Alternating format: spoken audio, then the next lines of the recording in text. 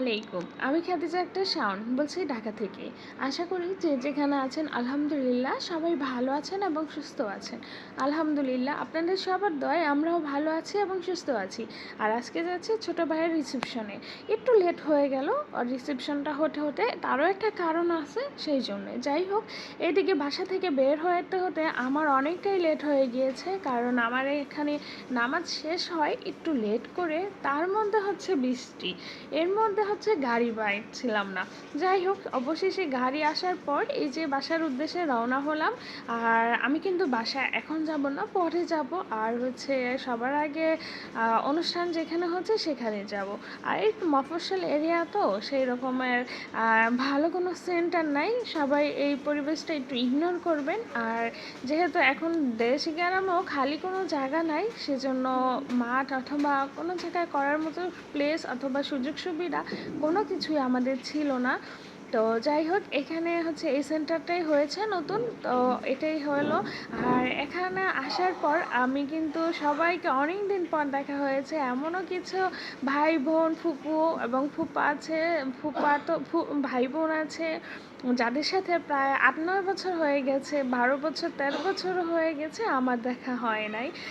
তো সবাইকে আজকে দেখলাম। আবার কিছু মানুষ আছে যারা আমাকে চিনে, সেটা আমিও মনে করি না, মনেও করছিলাম, কিন্তু না দেখে আমার চাচারা আমাকে ঠিকই চিনে।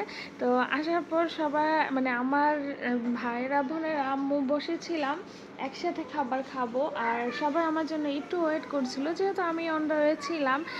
তো অপেক্ষা করছিল। আর এইদিকে তো আমার ভাবি বলতেছে তুমি খাও, আমি জায়রাকে খাওয়াই দিই। আর পরে বললাম যে ও খাবে না, আমার হাতেই খাবে।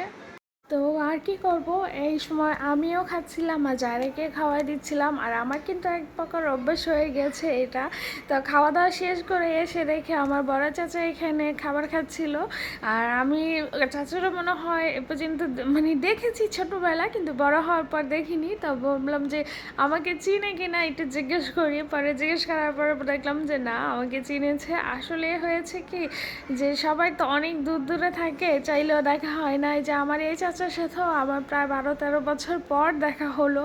তো আমরা কিন্তু ফেসবুকে কথা বলি, কিন্তু আসলে ওইরকমভাবে দেখা সাক্ষাৎ বা হয় না। আর এই যে আমার চাচিকে প্রথম দেখলাম, আর এই যে চাচা তো বোনও হয়ে গেছে, ওকেও দেখলাম। তো যাই হোক, এইদিকে হচ্ছে সবার সাথে দেখা সাক্ষাৎ করছিলাম। আর এখন এসে দেখি সবাই টাকা গোনা নিয়ে ব্যস্ত।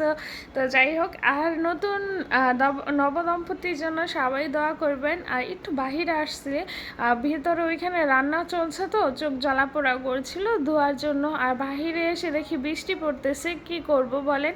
তারপর আবার ভিতরে গেলাম ভাবির সাথে একটু ছবি তুলে। আর বউ আসছে, বউর সাথেও দেখা হয় না, এই যে এখন বউর সাথে দেখা করলাম, সবাই একটু ছবি উঠালো। তো বউ কিন্তু মাশাআল্লাহ অনেক হাসি খুশি আছে। আর এই যে এখন হচ্ছে আমার ছোট ফুপুর কোলে জায়রাকে তো সবাই মাথায় উঠিয়ে রাখে। তো ফুপুর সাথেও কখন বসে গল্প করলাম। আর এই ফুপু আর আমি তো একই রকমের সেম, ফুপুও বাবার বাড়ি আসে না, আমিও বাবার বাড়ি খুবই কম যাই। আর এখন হচ্ছে ওরা দুজন খেতে বলছে, আমি তো জানি না, তাহলে আগে থেকে নিয়ে বসতাম। তো এই সময় আমি আপনাদের দুলাভাইকেও বলতেছি, দেখছো আমার ভাই কি রোমান্টিক, মজা করতেছিলাম।